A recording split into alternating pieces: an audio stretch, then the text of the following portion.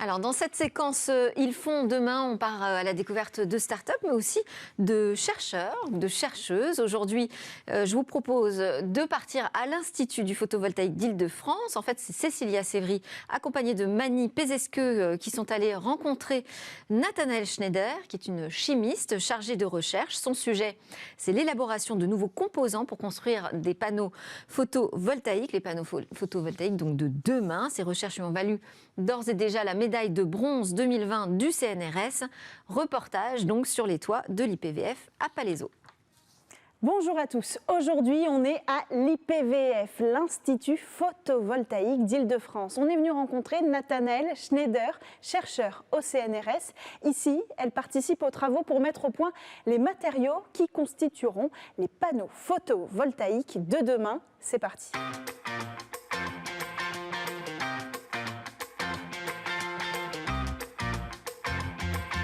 Bonjour Nathanaëlle, ici on est sur votre lieu de travail à l'IPVF. Alors qu'est-ce que vous faites ici concrètement? C'est quoi votre travail? Là on se retrouve sur un toit avec une installation photovoltaïque. On a un panneau qui est à base de silicium. L'architecture, c'est une architecture qui a été développée dans les années 50. Et aujourd'hui, on arrive avec donc ces panneaux qui ont une durée de vie de 25 ans, qui convertissent l'énergie solaire en énergie électrique avec des rendements de l'ordre de plus de 20%. Et donc on a quelque chose qui est vraiment extrêmement mature. Par contre, si on veut aller plus loin, c'est avoir des systèmes qui sont encore plus efficaces. Ou alors, si on veut pouvoir développer de nouveaux usages, par exemple, pouvoir intégrer un dispositif photovoltaïque à du bâtiment, ce qu'on appelle le BIPV, ou alors faire de l'agri-PV, ou avoir l'Internet of Things. Enfin, voilà. Il faut qu'on change de paradigme. Il faut qu'on aille sur des architectures plus complexes. Et donc là, ça demande effectivement un gros travail technologique et c'est le cadre de mes recherches.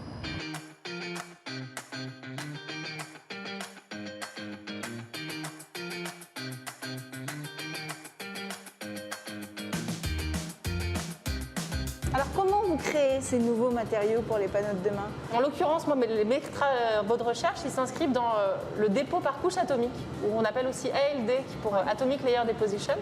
Et du coup, un réacteur d'ALD, ça ressemble à ça. C'est donc une chambre de réaction à l'intérieur de laquelle on a un substrat. Et c'est un dépôt chimique. Donc on a différentes molécules, qu'on voit par exemple en dessous, qui sont donc des molécules qu'on va venir injecter dans la chambre de réaction, qui vont venir réagir à la surface du substrat et construire pas à pas le matériau en couche mince.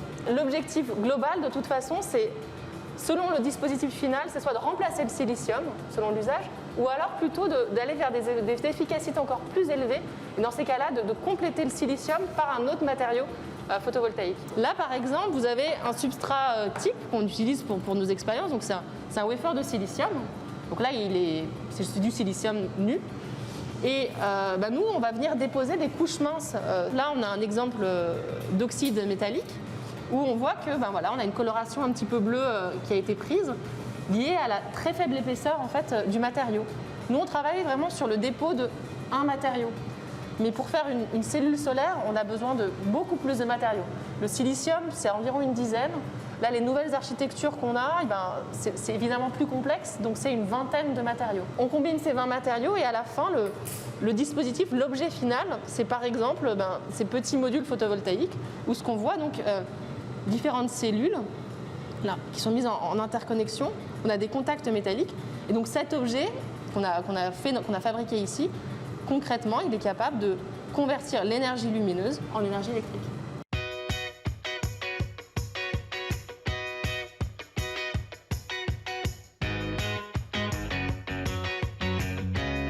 Alors vous avez des contraintes quand même pour développer ces nouveaux matériaux? Alors on a plein de contraintes, alors on a plein de critères pour développer ces nouveaux matériaux.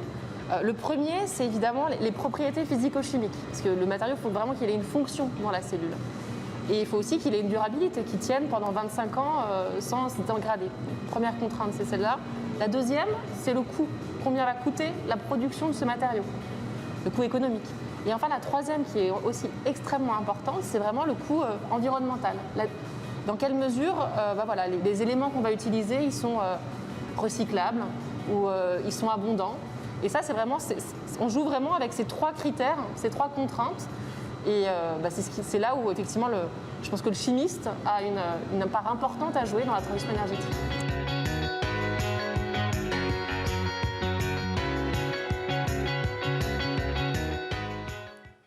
Et voilà, c'était donc Nathalie Schneider, une chimiste, médaille de bronze 2020 du CNRS, qui nous racontait comment elle travaille sur un matériau qui pourrait remplacer ou accompagner demain le silicium pour le rendre plus performant. L'objectif, c'est améliorer tout en augmentant la maniabilité des panneaux pour le bâtiment et même le monde des objets connectés. Passionnant.